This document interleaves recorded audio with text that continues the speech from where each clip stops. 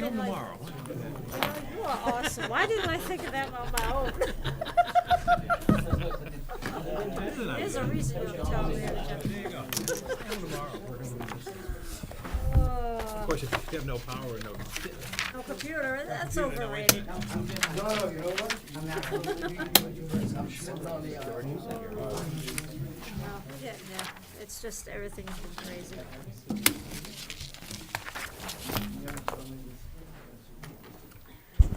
Okay, it being 7 o'clock, I'll call this meeting to order of the Board of Selectmen for March 12, 2018. If you please join me in the Pledge of Allegiance.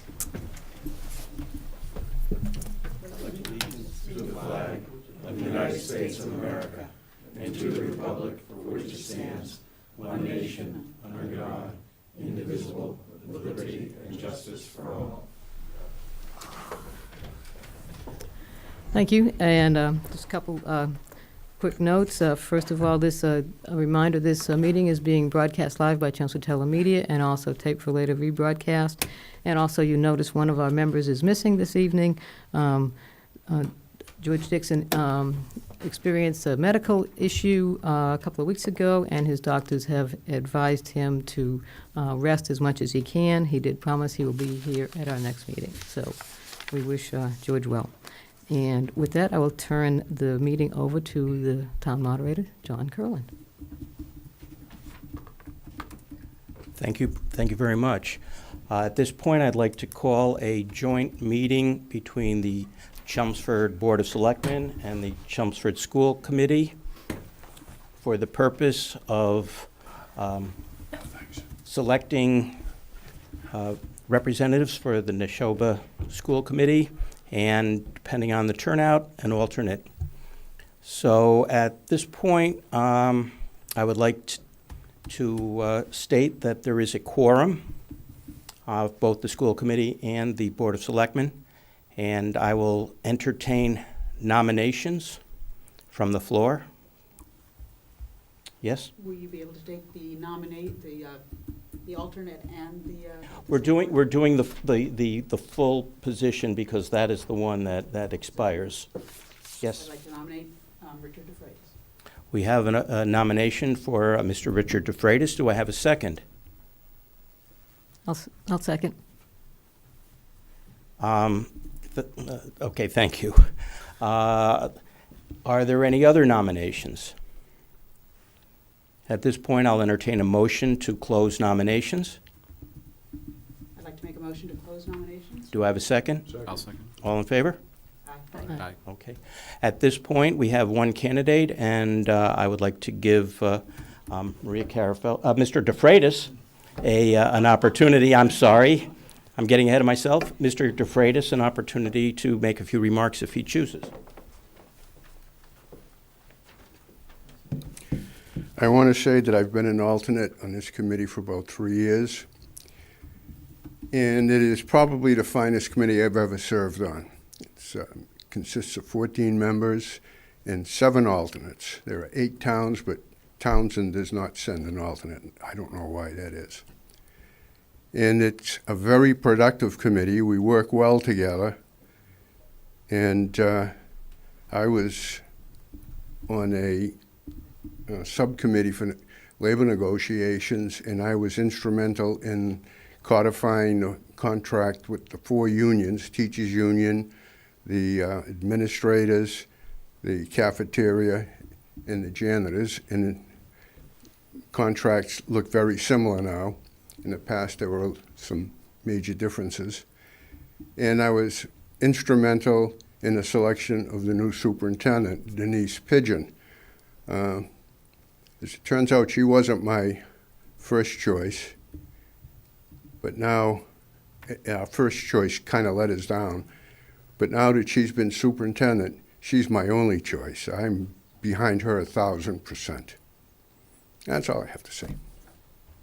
If you have any questions, I'd be happy to answer them. Right here. I have a question too. Yes. What is your position, and would you be willing to fight for televised meetings? I've always been an advocate of transparency, and I believe Mr. McDonald serves on a committee that's subcommittee, is that correct? That's looking into that. So, yeah, I'll support it. Thank you. Any other questions? Thank you very much, Mr. Freitas. Thank you. Very nice job. Okay, at this point, I will poll the school committee first, and then the Board of Selectmen. Ms. Scar? Aye. Mr. Thomas? Aye. Mr. King? Mr. Diggs? Aye. Ms. Merrill? Aye. Mr. Lefebvre? Aye. And Ms. Wojcik? Aye. It's unanimous. Congratulations, Mr. DeFreitas. Now, Mr. DeFreitas's appointment has created a vacancy for his old position as an alternate. So there is an unexpired one-year term, and at this point, I would entertain motion for a candidate to fill Mr. DeFreitas's one-year unexpired term. Ms. Gar? I'd like to make a motion to nominate Maria Carafels to fill the one-year term. We have a nomination for Maria Carafals. Do I have a second? I'll second. Thank you. Are there any other motions? There being none, I will entertain a motion to close the nominations. I'll make a motion to close the nominations. Second. Thank you, thank you. All in favor of closing the nominations? Aye. Aye. Okay.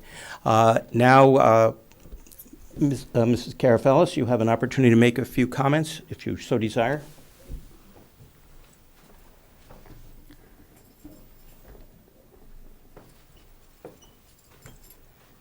Good evening, everyone.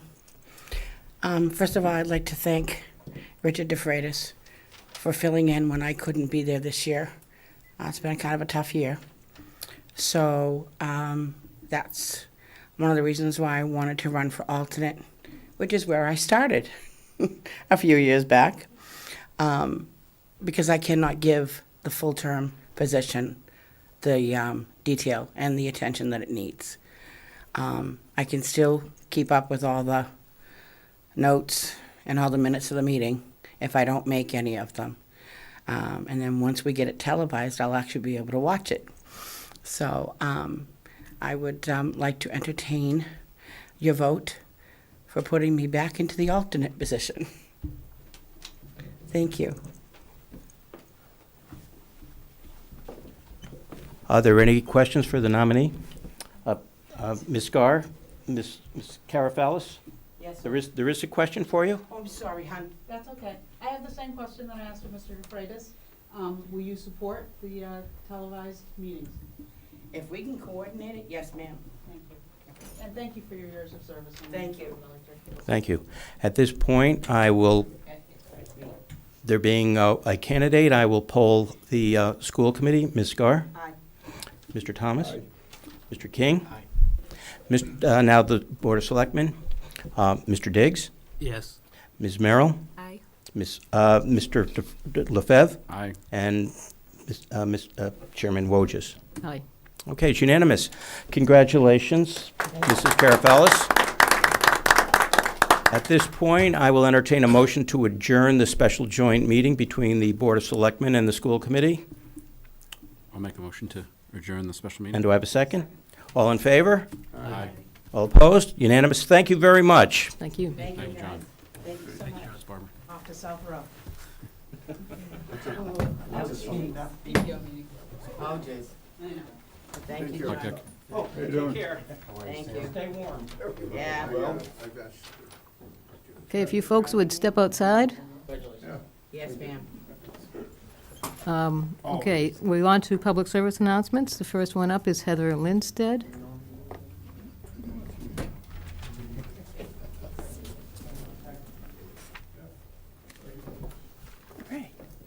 Hi.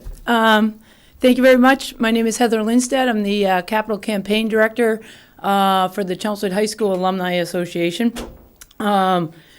Right now, we've put together a giving day for Tuesday, March 27th. It will benefit the Alumni Association, but in collaboration with Superintendent Jay Lang and Al Thomas from the school committee, we've also built in a mini grant program that will facilitate the Chelmsford High School students, staff, teachers for putting in new after-school programming if they want to start a new club, build a new activity. And with everything that's going on right now in our schools, it's just a great way for young people to take the initiative, get the seed money, and or continue their clubs through the mini grant program.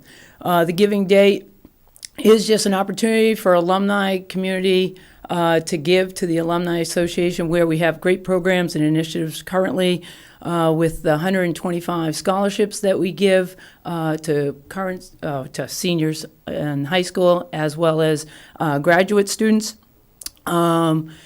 The Hall of Fame that's coming up on March 24th, the new SHARE program, which is an alumni program that mentors our high school students. And then we're going to have a new initiative, the Lions Link, which will network CHS alumni with other CHS alumni for work opportunities, and especially for our young alumni who are graduating from college. So Giving Day is an opportunity for people to make donations. The Brick House and alum Charlie Mickle has stepped up. We'll have a little event there from 7 to 10 a.m. On the 27th. If anybody wants to stop in, say hi to our executive director, George Simonian, and wish him a happy 90th birthday. As well, Sal Lapoli will use his facility at Sal's Pizza on Chelmsford Street from 1 to 3. And again, it's just an opportunity for people to come in if they want to learn more about the Alumni Association, ask questions of any of the board members and whatnot. And both facilities will be giving proceeds of their sales, so we want everybody to come and support them as well as in their establishments. So that's everything about Giving Day on March 27th for the Chelmsford Alumni Association. Thank you. Any questions for Heather about Giving Day? Okay. Thank you very much. Thank you. We were expecting Heather Allen from the Friends of the Roberts Field. Paul, you didn't hear anything about... No, we were, as you noted, we were expecting her. I do know that we're also we're scheduled to have a presentation from the committee at your next meeting, but I think the word they're trying to get out, as shown on the monitor, is they are continuing their fundraising efforts, and we're here to promote their Buy a Brick program for the walkway at the new playground at Roberts Field, and they're available to be purchased through the end of April. And again, their website is friendsofrobertsfield.org. Buy a brick, and the bricks come in two sizes. One is a $50 standard size brick, and then there's a large extended size brick for $100. And they do take credit card or check payments. So I think I don't know what if. Maybe we'll find out more at our next next meeting. time. Yeah. Okay. Have you bought your brick pad? I got mine. Good for you. No, I have not got mine yet. All right, thank you. Okay, we're now to the open session part of the meeting. If there's anybody here that would like to address the board about any issue, they can do so at this time. Okay, thank you. My name is David Foley.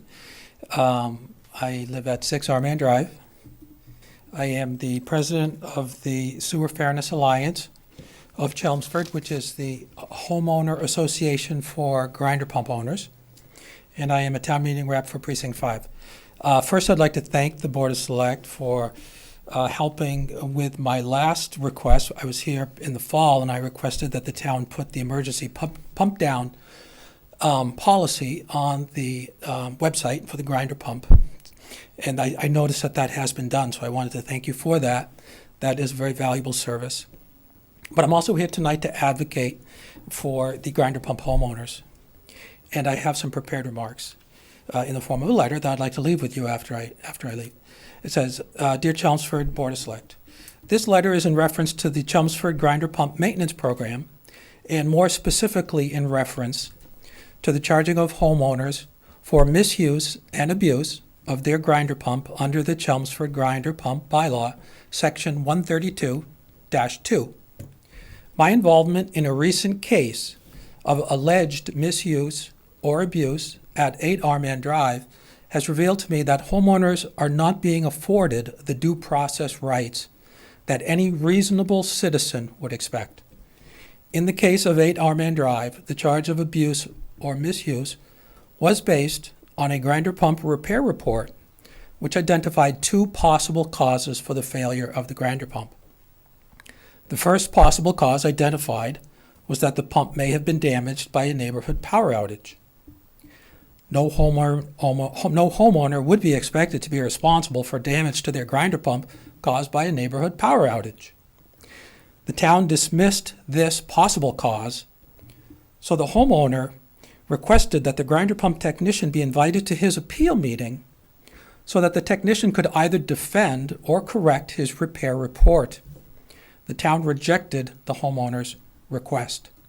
The second possible cause identified in the repair report was that the homeowner had set his generator to an incorrect voltage. A homeowner could be expected to be responsible for damage to the grinder pump if he had set his generator to an incorrect voltage. The homeowner presented evidence to the town that his generator had only 1 voltage setting, making it impossible to set it to an incorrect voltage. The homeowner also reported that the technician had not looked at the generator while he was on site repairing the grinder pump. The homeowner requested that the technician be invited to the appeal meeting so that he could either correct or defend his repair report. The town rejected the homeowner's request. The result of the homeowner's appeal to the town is that the town has reduced the homeowner's charge from $1,065 to $640. With this appeal, the homeowner is still being charged with abuse or misuse of his grinder pump, even though the town has not specified the method of abuse or misuse. I find the town's actions in this case to be arbitrary and unreasonable. I believe a process for appealing a charge of abuse or misuse of a grinder pump needs to be put in place which affords the homeowner basic due process rights. And in this context, due process refers to fair procedures. Under the Board of Selectmen's policy of resolution of problems and appeals and hearing of appeals, I am requesting that the Board of Selectmen hear an appeal of this grinder pump misuse or abuse case, and also to establish a fair procedure for the appeal of future grinder pump abuse or misuse cases. Sincerely, David Foley. And I appreciate the opportunity to present this letter to you, and I'd be happy to answer any questions you might have. Okay, thank you, David.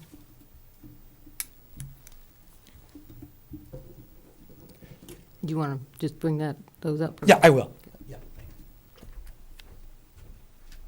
Thank you.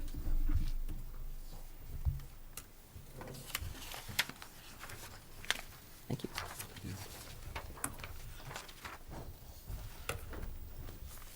And thank you very much. And George, I hope you're feeling better. Okay. Thank you. Okay, is there anybody else that would like to address the board in open session? Okay, seeing none, we'll go to committee vacancies.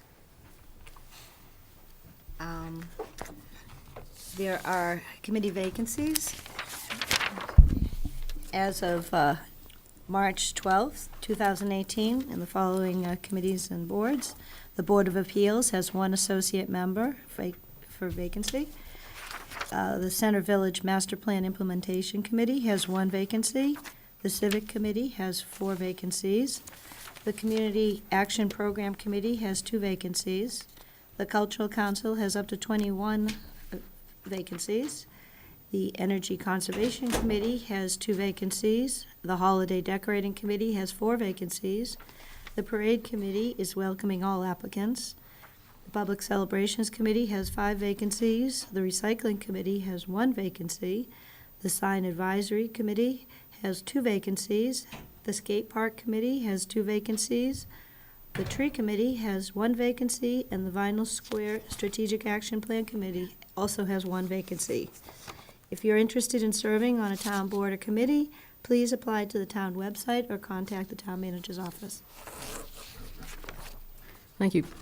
Okay, next on our agenda is a 1-day beer and wine license for St. John the Evangelist Church. We do not have anybody here from St. John's, but I know we have issued licenses to them before. Do we have any questions or concerns? Do we have a motion? I'll make a motion to approve the application for the one-day beer and wine license for St. John's the Evangelist Parish at 115 Middlesex Street on March 17th, 2018, for the hours presented in their application. I'll second that motion. There, a motion and a second. Any discussion? All in favor? Aye. Any opposed? Thank you. Okay, next is a report from Steve Yonley about street acceptances.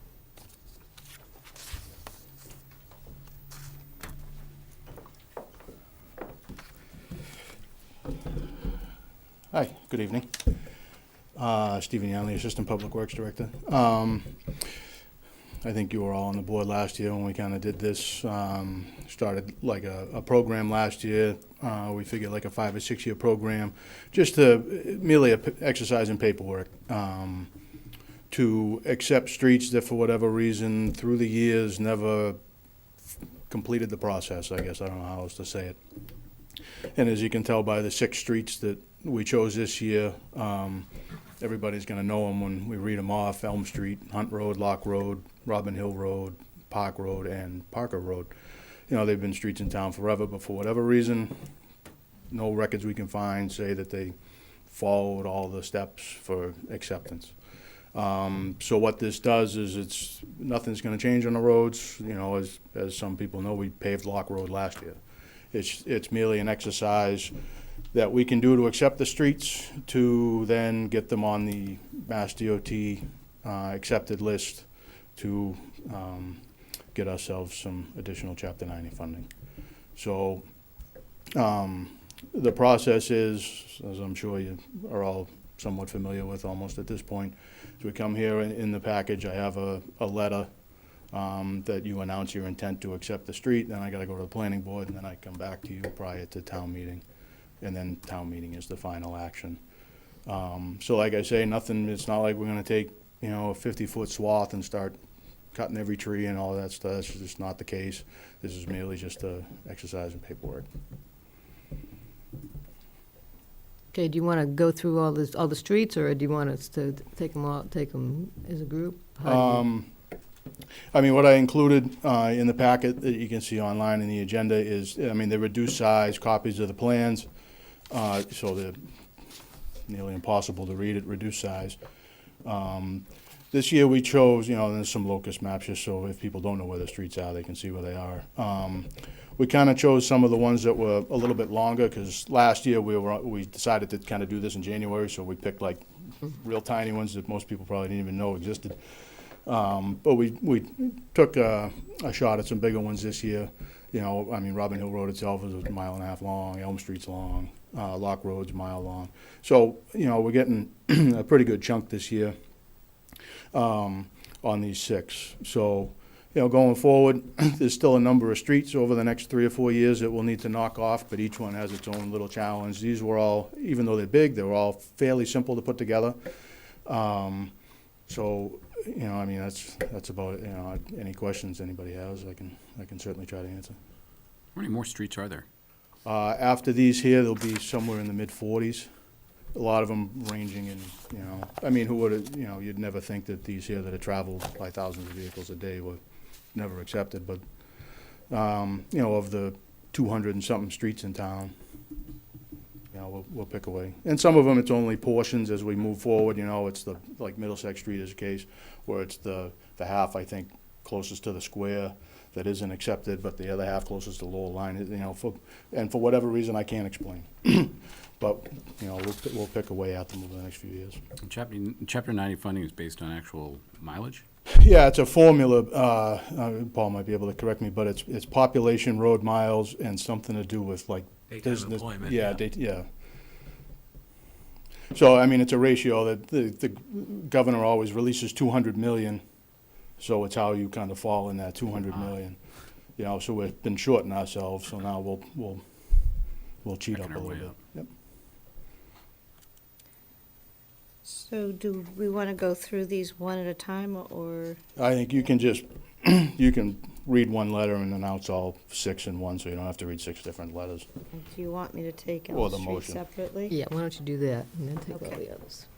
I'd like to do, I moved that the Board of Selectmen vote its intention to lay out Elm Street as a public way known as Elm Street, is shown on a plan entitled Street Acceptance, Elm Street, Chelmsford, Massachusetts, dated January 1, 2018, prepared by the Town of Chelmsford Department of Public Works, Engineering Division, and to forward the proposed layout as shown on said plan to the Planning Board for its comments and recommendation to pursuant to General Law 41, Section 81, Yeah, 81I. I, 81I. I'll second the motion. Okay, there's a motion and a second. Any discussion? All in favor? Aye. And I'm going to abstain, since I live on Elm Street. So now you can do all the rest together.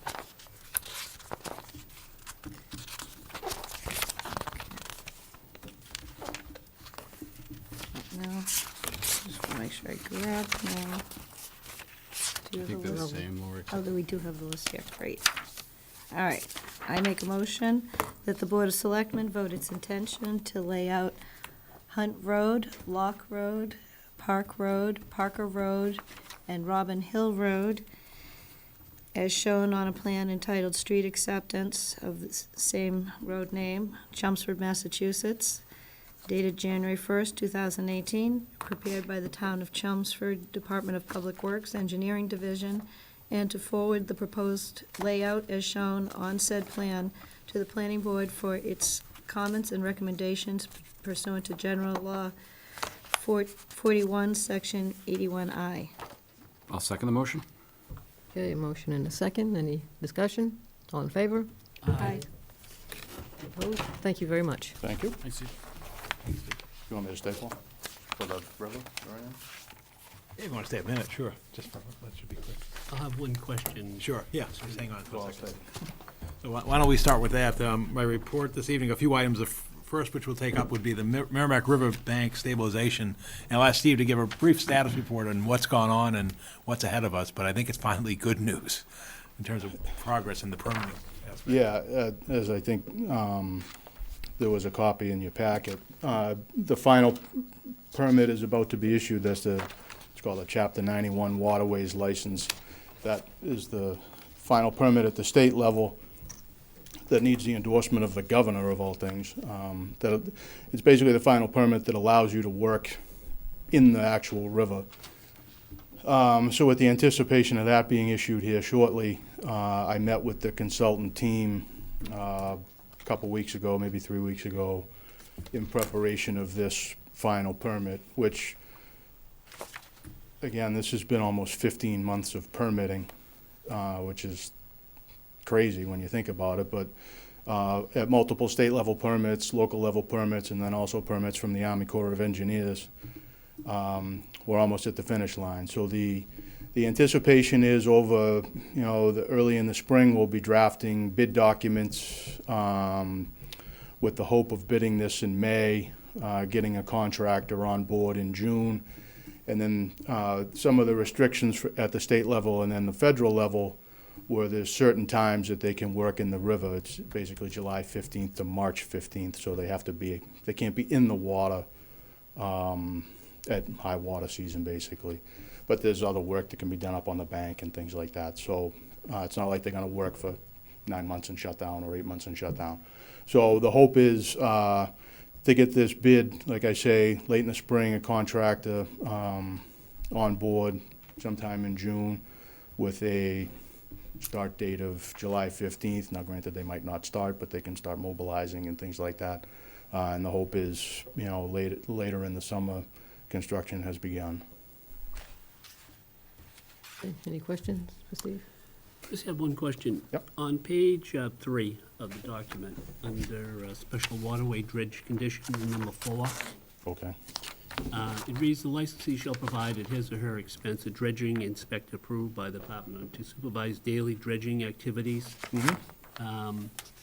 Was that part of the original assessment of the costs? There was, Acquisition? yeah, there was a carrying cost in the budgets for a resident engineer to oversee construction. Now, granted, it wasn't a full-time resident engineer. It was kind of I don't want to call it half-time, but something along those lines. Needed. Yeah, if important work is happening, and if obviously it's a condition to oversee dredging work, then obviously the resident engineer would have to be on site for the dredging work. And that would be not a town employee, No, someone outside? that would be, yeah, more Would than, that be a separate bid, or would that be part of the general bid, that that company would then hire someone to fill this role? well, the hope is that we just enter into contract with the team that did the design and allow them to, because, you know, it was a combination of a civil firm and then a geotechnical firm, and allow them to oversee construction. I mean, I'll be involved to some level, but allow them. And if it's something that can't happen, then I'll make sure that everybody that we bring on to oversee the project has the qualifications to do so.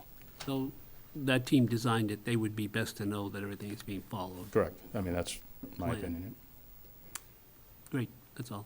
I have a question on page 3 of that document. It references under Special Waterways Dredging Conditions number 3, it references Paradise Pond. What is Paradise Pond? Or is that just a misprint or something? Well, I don't know, it could be. To be honest, I didn't catch it. I didn't know where it was. It's a mystery where Paradise Pond is. See it there on number 3? Yeah, I see that, right, yeah. Dredging will be performed by mechanical means to conduct a manner that will cause no obstruction with vessel navigation. Paradise Pond. Thought it might have had something Must to do be with the standard golf language. course. The wonders of cut and paste, yeah. Yeah, really. Okay. You got something on the other side of that driveway there that the rest of us residents know. Yeah, that's Paradise Pond. Yeah. Yeah. Okay, any other questions with Steve? No, there's nothing you need from us tonight, right? No. While you're there, Steve, going to the next item, you want to give us an update on the Route 4 North Road, 495 bridge? Since you're Sure. here, might as well, in case they have questions, because you're obviously going to the Yeah, reconstruction here. as, I don't know if the board is fully aware, Mass DOT has the signalization project as well as a bridge deck replacement at North Road at the off-ramp of 495. That project was bid over the winter and was recently awarded, I think, to S&R Construction. There's a pre-construction meeting in a couple of weeks that I'll attend down at District 4 DOT in Arlington. But I believe, I mean, I'll know more once I go to the meeting and get the schedules and everything. But I believe they're hoping to begin work this construction season. From what I've been told is they're gonna do they won't do a full closure of the bridge. They're gonna do like the outside lanes because it's wide enough and run the traffic up the middle and then flip you to the outside. And then they'll do the middle of the bridge. And in conjunction with installing the stoplight at the off-ramp. There's no stoplight at the on-ramp at Route 4, just at the off-ramp. There's some sidewalk improvements, some drainage improvements, things like that. Will the number of lanes stay the same? No, I believe in at least the plan we saw at the design public hearing, it had 2 lanes turning left off of the off-ramp. And then there's 2 lanes that then merge into one as you approach the Dalton Road signal with a standing left lane to take you down onto 495 South. But still with just 1 lane coming inbound into the center. So it's a little bit of lane configuration to allow more traffic to get off the off-ramp and go left. Because as you know, or I've seen, that traffic will back all the way back out onto the interstate. Yeah, I guess I'd say not unlike at the end of the Lowell connector, you go off to Gorham Street, there's 2 lanes. Yeah, it's 2 lanes and you, And then you merge into the one. correct. So it works. Or it Go should through work. there every night. It's, how brave you are to, how fast you're gonna get through there. Okay, any other questions about that topic? Thank you. Steve, before you leave, do you want to just touch upon the Cushing Place one, the MassWorks grant, where we're at in that? Sure, I guess. We, there's so many projects bouncing around at me all of a sudden here. We got some drawings from National Grid indicating the underground coming out into the center a little bit in preparation for any kind of future phase, and then running up Cushing Place to the culvert where the Win Stanley project would then pick it up and cross the culvert. Going in front of Conservation next week. The hope is to, again, with that project, the timeline's kind of aggressive. So, you know, it's the end of June, so we'll see what we can get done. It's gonna be going out to bid shortly, and hopefully we can at least get moving and get the infrastructure in prior to then. But it's a small project, and again, that, not to throw anybody under the bus, but it took a while for the utility companies to get the plans together, because it was such a small project. But it's gonna slowly be moving forward, yeah. This was a grant we received, what, last year, last summer? I believe so, right? Yeah, Last year, last fall, MassWorks grant. So that was supposedly tied to Cushing Place. It had to be a development. The Cushing Place in the clouds at the moment, is that affected at all? Yeah, and that's what I picked up. We're trying to see if we can get an extension, because as Steve noted, the goal was to have this project wrapped up by June 30th. And we've reached out regularly, and in fact, as recently as over a week ago, and spoke to the representatives for the property owner, Win Stanley Enterprises. And at this point, they have not pulled permits, nor is that imminent. They still appear to be considering the sale or bringing on investors into the project. So that is our concern, and so we will request a 1-year extension from the state to move to keep this project active. If not, then we may have to to forego the project. But our belief is that any activity in that area will require these type of improvements. So we're making a pitch to proceed, but what we're trying to be is in good faith, be transparent to the state, saying, look, we anticipate this type of investment, these number of homes, but at this point, again, they haven't even prepared the site in terms of demo of the existing buildings, not to mention pulling a construction permit. When do you think we would have a final yay, nay, that it's delayed, or that we're doing it, or June? Yeah, it's going to have to be before June. We're hoping to get an answer by April from the state in terms of an extension, because as Steve said, you've got a bidding period, you've got a mobilization period, and a construction period. Right. And at best, we could probably commence by June 30th, but we certainly wouldn't be completed by June 30th. No. Are you aware of any similar situations, our town, other towns facing this kind of thing? No.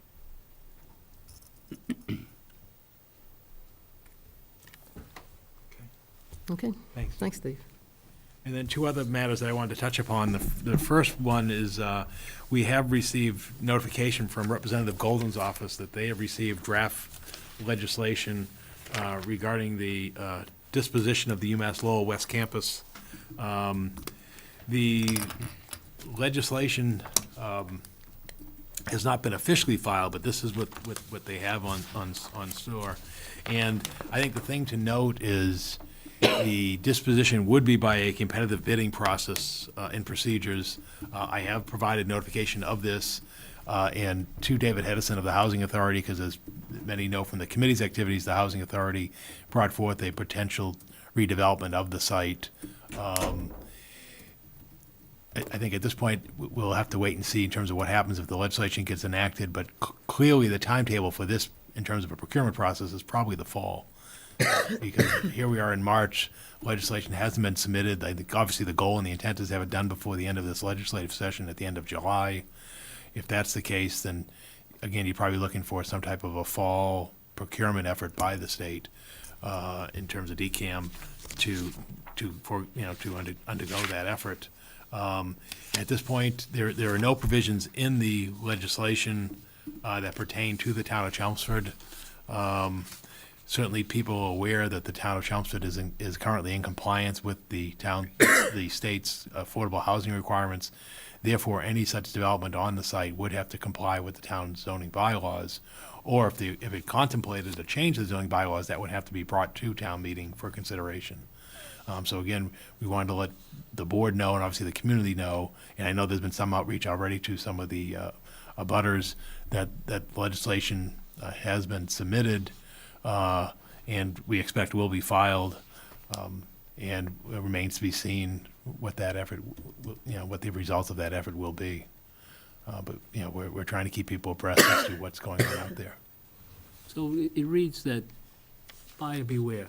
Yeah, yeah. It's not pledging you anything. Good luck to you. You buy it.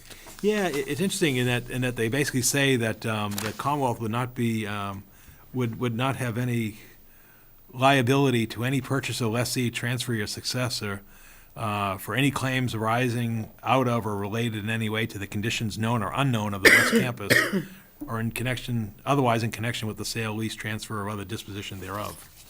So obviously, the Commonwealth is looking to transfer any liability out there.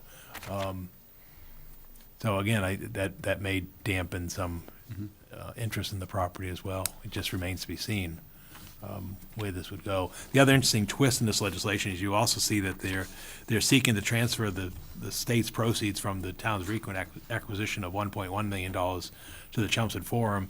This legislation would also transfer that money to the university. In case they come up short on the. But that's not right. But that's not our. That's not our ball game. That's the state's ball game. But so that's where it is at this point in time, and we'll keep the board and the community updated as this moves along. And then the final thing I have listed, and then I have a couple quick things. Wanted to let the board and the community aware that the Table of Plenty is going to be relocated to the Chelmsford Senior Center after Memorial Day, probably for a period of 6 to 9 months while the church undergoes renovations. And I want to express my appreciation for Deb Sirianni and facilities and others who are going to accommodate this move. We recognize that the Table of Plenty's value and particularly the efforts of those volunteers. I mean, they're serving up to 100 meals every Tuesday evening, and they were in a bind. And the beauty of the senior center is it's only one move. It's a fixed location. It's on a bus route for the LRTA. It's easy identifiable located project, and so we're just looking forward to being a contributor to these efforts in the months ahead. And obviously, we would expect by next March or so that they would return to the church location. So, just wanted people to be aware. And also, obviously, the call is always if people are interested in assisting in the efforts to please reach out and I'm sure that they could always use additional help. To do that, they had to extend their normal hours? The senior center, yes, yeah, and the town will absorb the night custodian effort for this, to make this possible, because it is, right, the senior center normally is not open on Tuesday evenings, but we will make our facility available to them, and we're going to accommodate some of their storage needs and other activities during this period, but it's very similar to how we support the food bank behind us, the food pantry, by providing the facility and utilities for their efforts as part of our community. And then just a couple brief items. Wanted to let people be aware, and I'm sure it's going to be repeated repeatedly. We received a couple notices from the Registry of Motor Vehicles asking the town to make residents aware that the Registry of Motor Vehicles and automobile inspections will not be available on March 23rd, 24th, or 25th, and that's because they're switching their whole technology and computer systems at that time. And so for those 3 days, even online activity at the Registry of Motor Vehicles is going to be suspended.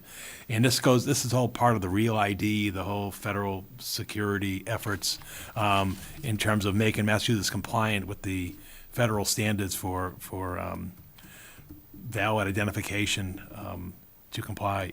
And then what it's also going to mean is that when you apply after March 26th, you're going to have additional documentation requirements to obtain one of these Real ID licenses.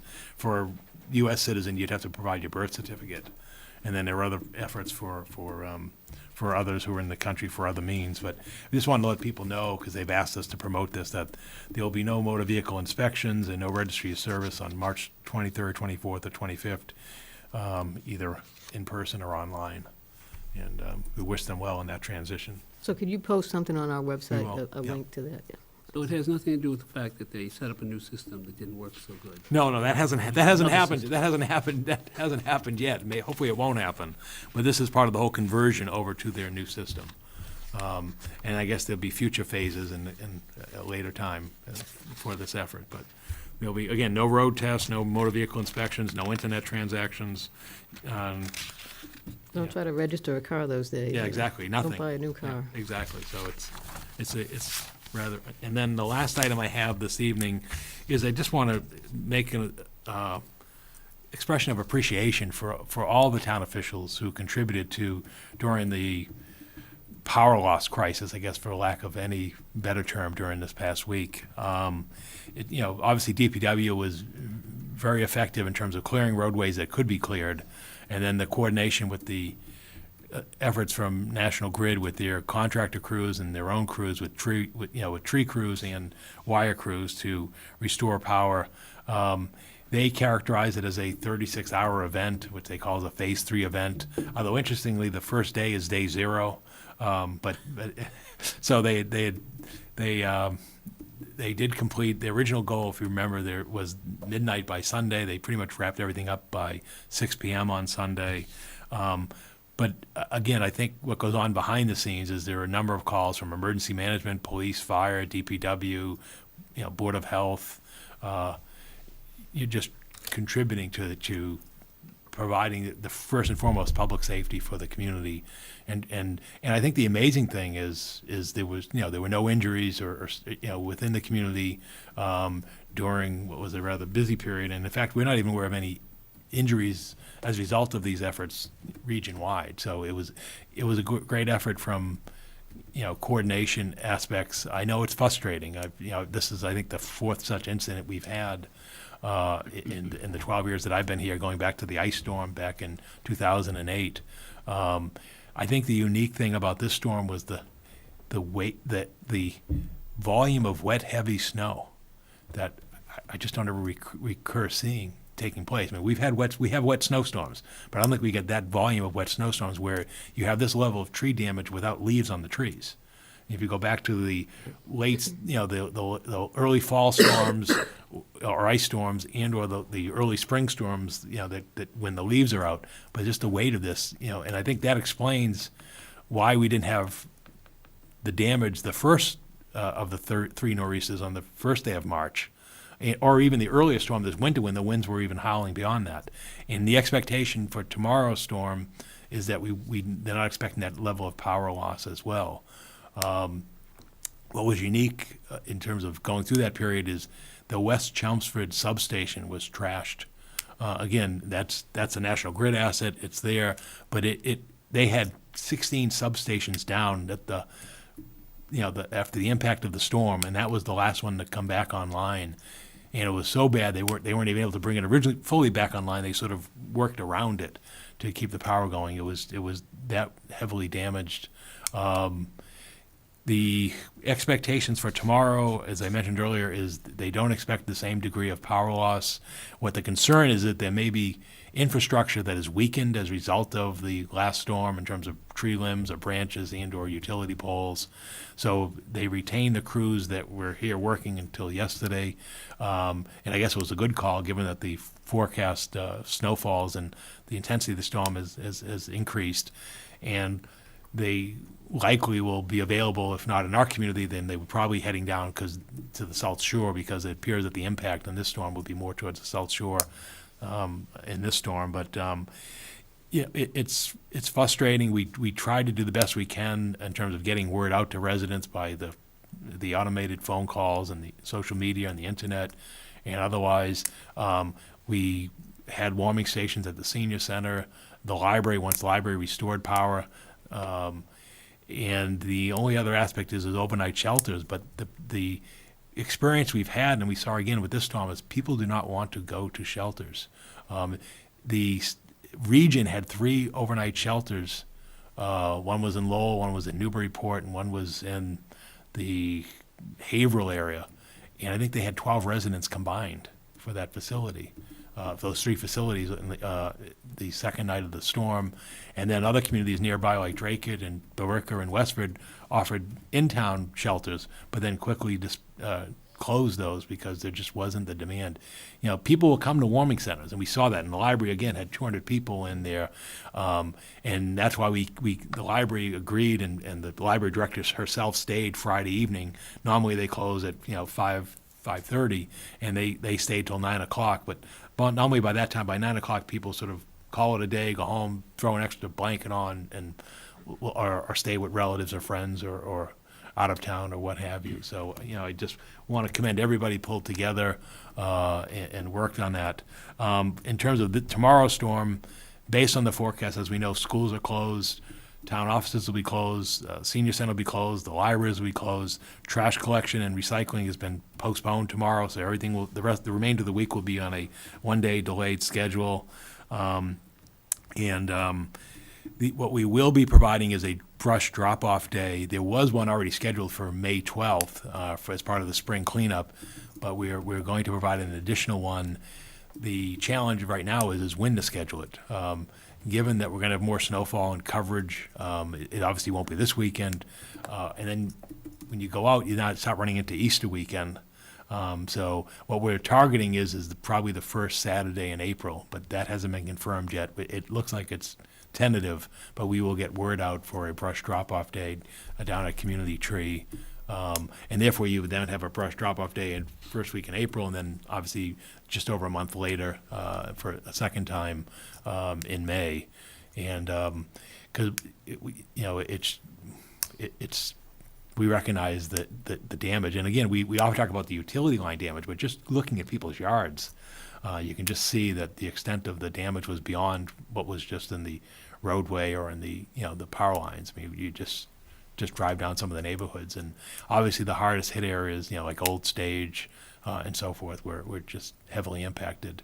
And so we'll continue the efforts. The other final closing comment is the snow and ice budget that has been depleted at this point, and then obviously we've got the storm tomorrow, so we will go to town meeting and shore up that deficit to that fund so that we can close the year in the black. So that way, it's a clear standing of where we are at June 30th. We'll look at the Finance Committee Reserve Fund. We'll also look at the Stabilization Fund to take that up, and then we'll start anew next year. But again, I did have a chance to speak to the Lieutenant Governor on Saturday morning. I know she spoke to some of my colleagues as managers, and the state is sort of evaluating the performance of National Grid and Eversource during this storm to see if there's ways that can be improved in the future. I can tell you that they were very communicative to us and provided the best information they could. It's frustrating because they're reluctant to make a call on restoration times. That's what everybody wants to know. And when we're in the calls with National Grid, and I actually, Pat was in the office at one time, and I actually had her listen in. That's the question that's coming from all the communities: is what about my town? What's the restoration? And the problem is they're reluctant to make those calls until they really have an accurate assessment on that, because they don't want to set a false expectation. Well, gee, you told me it'd be Thursday at 3 p.m. and now it's Thursday at 11 p.m. and that's real. And they had a challenge that first day of the storm because they weren't able to get the helicopters up because of the weather conditions, which gives them an expedited means to survey the damage along their transmission lines and other rights of way. And so that sort of delayed what normally would have been a little more timely restoration efforts. And there are priority sites when this takes place. Priority sites are such as hospitals. The first day there was getting power to the hospitals in the region. Fortunately, there were no local hospitals without power, but there were hospitals in Methuen and Haverhill and Newburyport that were on generator power. And then they look at other public safety priorities. The first one is to relieve the police and fire from the roadways with the live wires.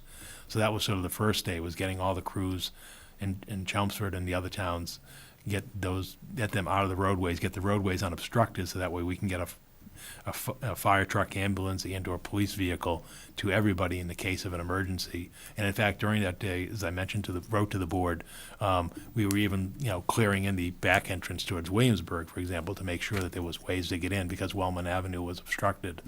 And then once that's done, then it's sort of getting power to the critical facilities such as nursing care facilities and the police station, for example. But the challenge with our police station, as we've known from experiences, is we're at the end of a feeder line that comes in from West Chelmsford. So that was an extended period.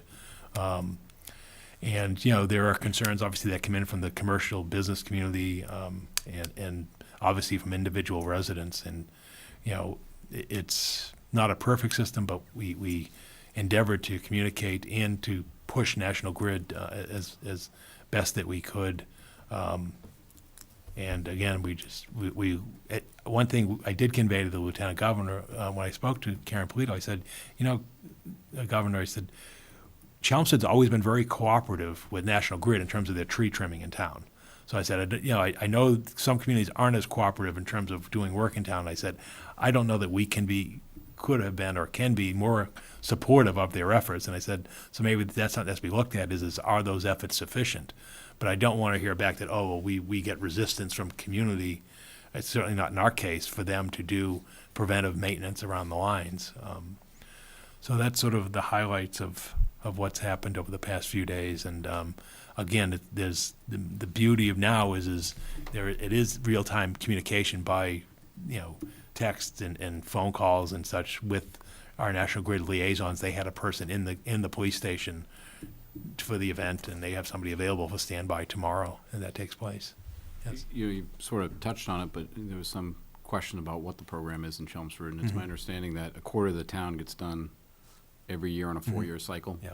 So for anybody that's at home listening, there is an agreement with National Grid. They do come in, there's a quarter of the section of each year, and it's a 4-year revolving cycle where they do prune back the necessary branches that they see. In fact, they were out working a few weeks ago in February because now's the time to be doing that type of work because there's no leaves on the trees. You can do that stuff. And so some of that work was taking place. Chelmsford, as we know, is 230 road miles. And, you know, I know there's been some discussion of is the town doing sufficient tree maintenance work? And it's something that, you know, we look at. We have a tree committee. You know, we have a tree warden. We look at issues. You know, it becomes, you know, I think we address concerns that we see out there. But if you look at the amount of roadway miles and obviously the height and depth of trees, it's a considerable action. And I know sometimes we get compared to other towns that have municipal utilities. You know, I think Littleton's the example this time. Boy, they weren't out as much in Littleton. I know that will be looked at by people who are higher than we are in terms of, you know, is there a distinction between municipally owned utilities and investor-owned utilities? I think Stedman's a very telling road. If I was saying earlier, I drive down that all the time, and you can see they trim that in the fall, and you can see very clearly how well, you know, how good of a job they trimmed. And even with all the trimming they just did, they had lines down the storm because some of these trees were 70 feet tall, fell, and still took out a wire. I think, you know, when I started hearing those comments, I started looking more and more at the trees and the power lines. It's like it would be monumental to try to, there's just so many of them. And as soon as you take them out, they're gonna be growing back again. So it's just enormous. You don't pay any attention to them. They look nice when they're full, but they have a detrimental effect on an event like this. And one other point, too, on your brush drop-off, Jones Farms is not a brush drop-off area. That's correct. And Phil and the Joneses, they have to pay to get rid of that stuff. Right. And that's, for a small family-owned farm, it's really expensive for people who drop off brush there, for them to get rid of it. So that's not a brush drop-off area. So, Paul, does this coming storm have a name? Yes. The Quinn last one was Quinn. One was Quinn. I can tell you the name for the one that for tomorrow. Must be a girl, right? They alternate? Yeah, but now it's all over the world, so they jump letters and names pretty quickly. It was from National Grid. They do have a name for the storm. I'm sure we'll be hearing it. That's okay. You'll be hearing it. Yeah, I'll see if I can find it. But it's okay. So that's my report. Thank you. All your reports. Okay. We're to Selectmen Liaison Reports and Referrals. Is that with you, Ken? I don't really. One thing I will say is I think last week Glenn and I went to the Board of Health, and they held a meeting to talk about the lifeguard issue, and I thought they really did a fantastic job explaining their reasoning for what went on, and clear to me that they were out to protect the health of the citizens and the residents of Chelmsford. why they did what they did. So I was thankful that they held the meeting, and I think they did a great job explaining it. And there was a successful resolution to it. Yes. Oh, that's For all good. parties. Yep. All parties The agreed it hotel was was a great happy, the Board of resolution. Health was happy, the residents were happy. Okay, that's a good thing. Riley. Riley. Riley. Winter Storm Riley. Okay, There you go, QR, yep. okay. So that's it? That's what I have. Okay, Laura? I don't have anything. Paul kind of summed it up for me, so. I Okay. just- Go in. I was at the finance meeting, and Gary Persichetti presented his budget, and the school department presented their budget. It went very well, very quickly. There were not a lot of questions, I think, because it was well laid out and made a lot of sense. And so they're working their way there. As far as past years, I think they're ahead of the game at this point to get to all of the various people they have to see. And I think they'll be set to vote week after next, I think Yep. it is. Yep. On all the warrant items that affect money. Oh, So good. they're moving forward. That's good to hear. Anything else?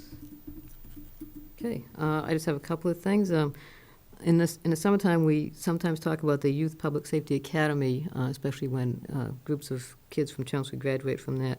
And now is the time to sign up your kids if you want them to go to the Youth Public Safety Academy. And it's a program sponsored by Sheriff Katujian for 8 to 12-year-olds. And you can find the application on the Middlesex Sheriff's Office website. So if anybody's interested in sending their kids, it's a great program where kids learn about public safety. They meet the police chief, fire chiefs of the local communities, and get to do all kinds of fun things while they're learning. So that's the best way to learn. And also, To add to that, it's the only free week of camp that parents will ever see. So sign up for it. It's awesome. there you go. Have you participated? Oh, yes, my Okay. son has been Okay, a I thought couple of maybe you times. did. No, I didn't. I participated in having the week without my son at the Oh, house, okay. so, Even better. yes. Just one other thing, this Saturday, March 17th, will be a book drop-off. The Friends of the Library will be having a spring book sale in April. So if you have any books that you'd like to donate, the drop-off, and I'm sure by then all the roads will be cleared and we'll have a nice sunny day at the gym behind town offices. That's all I have. Any press? Just to be clear, the storm we just had was Riley, the one before that was Quinn, and the one tomorrow is Skylar. I was gonna say, Scott. Yeah, Skylar is the one tomorrow. So those Oh, are those okay, are the I thought three this last those are one the was three Quinn. nor'easters. Okay, It's Quinn, Riley, Skylar. Skylar, Sky, okay. one of the Paw Patrol. All right, thank you. That's important. Yeah. Okay. Thank you. Tomorrow is Skylar, so we know. Any press questions? No. Okay, so I'll entertain a motion to adjourn. Motion to adjourn the meeting. I'll second the motion. Okay, all in favor? Aye. Thank you. We're adjourned. Our next meeting is March 26th. Thank you.